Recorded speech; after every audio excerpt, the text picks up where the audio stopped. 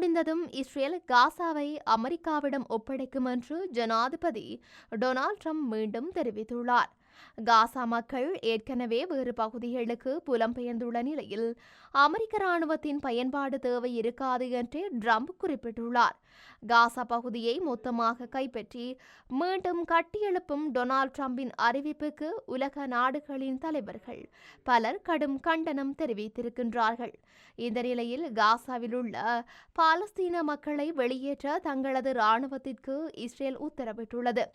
காசா பகுதியில் அமெரிக்க ராணுவத்தை களமிறக்கும் முடிவு புறந்தள்ள முடியாது என குறிப்பிட்டிருந்த டொனால்ட் ட்ரம்ப் தற்போது தமது சமூக ஊடக பக்கத்தில் தனது கருத்துக்களுக்கு விளக்கம் அளித்துள்ளார். அதில் பலஸ்தீனியர்கள் ஏற்கனவே இந்த பகுதியில் புதிய மற்றும் நவீன வீடுகளுடன் மிகவும் பாதுகாப்பான மற்றும் அழகான சமூகங்களில் மீள்குடியேற்றப்பட்டிருக்கின்றார்கள். இதனால் அமெரிக்க ராணுவம் காசாவில் களமிறங்கும் தேவை இருக்காது என்றார்.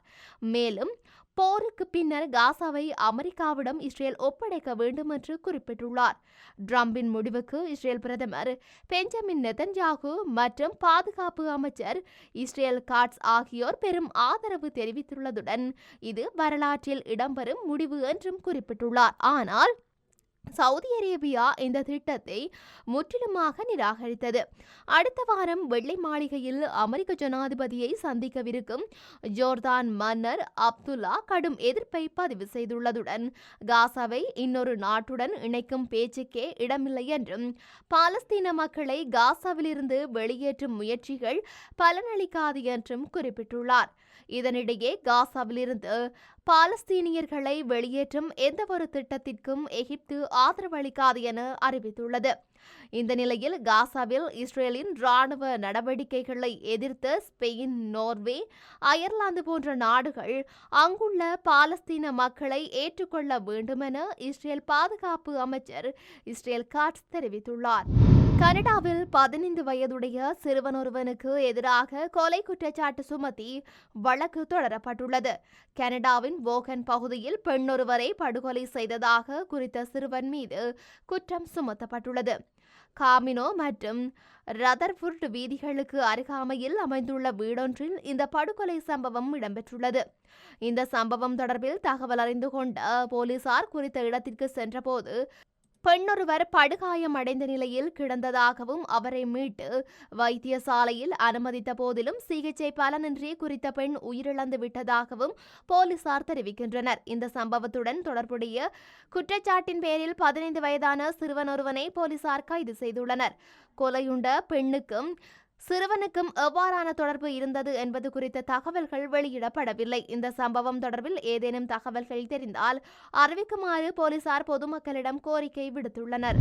அமெரிக்கா காசாவின் பிரதேசத்தை கைப்பற்றி அங்குள்ள 2.1 மில்லியன் பலஸ்தீனியர்களை மீள்குடியேற்ற வேண்டும் என்ற ஜனாதிபதி டொனால்ட் ட்ரம்பின் திட்டத்திற்கு இணங்க காசாவிலிருந்து வெளியேற விரும்பும் எந்தவொரு குடியிருப்பாளரையும் அவ்வாறு செய்ய அனுமதிக்கும் திட்டத்தை தயாரிக்குமாறு இஸ்ரேலின் பாதுகாப்பு அமைச்சர் தனது ராணுவத்திடம் கூறியுள்ளார். காசா மக்களுக்கு நடமாடும் மற்றும் இடப்பெயர்வு சுதந்திரம் இருக்க வேண்டும் என்றும் ஹமாசுடனான இஸ்ரேலின் போரை விமர்சிக்கும் நாடுகள் அவர்களை ஏற்றுக்கொள்ள கடமைப்பட்டவை என்றும் இஸ்ரேல் காட்ஸ் கூறினார். இதற்கிடையில் காசா மறுசீரமைப்பின் போது மீள்குடியேற்றம் தற்காலிகமாக இருக்கும் என்று அமெரிக்க வெளியுறவுத்துறை செயலாளர் வலியுறுத்தினார். இருப்பினும் ட்ரம்ப் அது நிரந்தரமாக இருக்கும் என்று கூறியிருந்தார். பாலஸ்தீன தலைவர்களும் அரபு நாடுகளும் இந்த திட்டத்தை நிராகரித்தது. கட்டாயமாக இடம்பெயர்வது சர்வதேச சட்டத்தை மீறும் என்று கூறியுள்ளன. உலகில் பல தீர்க்கதரிசிகள் உள்ளனர். அவர்களில் பாபா வங்காவும் ஒருவர். ஆனால் அவரது கணிப்புகள் மிகவும் பிரபலமானவை. ஏனென்றால் ஆண்டுதோறும் உலகில் நடக்கும் நிகழ்வுகளை பாபா வங்கா முன்னரே கணித்துள்ளார். இதுவரை அவருடைய பல கணிப்புகள் நிறைவேறியுள்ளன. பல்கேரியாவைச் சேர்ந்த பாபா வங்கா 12 வயதில் பார்வையை இழந்தார். ஆனால் பார்வை பறிபோன பிறகு அவருக்கு எதிர்காலத்தை கணிக்கும் சக்தி கிடைத்ததாக கூறப்படுகின்றது. அவர் இறப்பதற்கு முன்பு ஒவ்வொரு ஆண்டும் நடக்கும் நிகழ்வுகளை கணித்து அவற்றை குறிப்புகளில் எழுதினார்.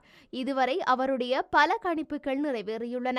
எனவே ஒவ்வொரு வருடமும் பிறப்பதற்கு முன்பு அந்த ஆண்டில் என்ன மாதிரியான நல்லது கெட்டது நடக்கும் என்பது பற்றி பாபா வங்காவின் கணிப்புகளை அறிய பலர் ஆர்வமாக உள்ளனர். 2025 ஆண்டிற்கான பாபா வங்காவின் கணிப்புகள் சற்று அச்சுறுத்தலாகவே உள்ளன. ஏனென்றால் 2025 ஆண்டு உலக அழிவு தொடங்கும் என்று பாபா வங்கா கணித்துள்ளார்.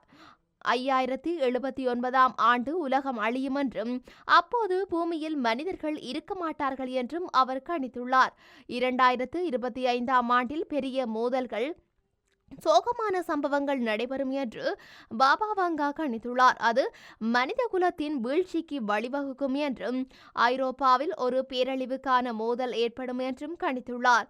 இந்த மோதல் ஐரோப்பிய கண்டத்திற்கு ஈடு செய்ய முடியாத சேதத்தை ஏற்படுத்தும் என்றும் அவர் கணித்துள்ளார். 2025 ஆண்டில் மோதல் காரணமாக மக்கள் தொகை கணிசமாக குறையும். அதன் பிறகு 2028 புதிய வளங்களை தேடி மனிதர்கள் வீனஸை அடைவார்கள் என்று பாபா வங்கா கணித்துள்ளார்.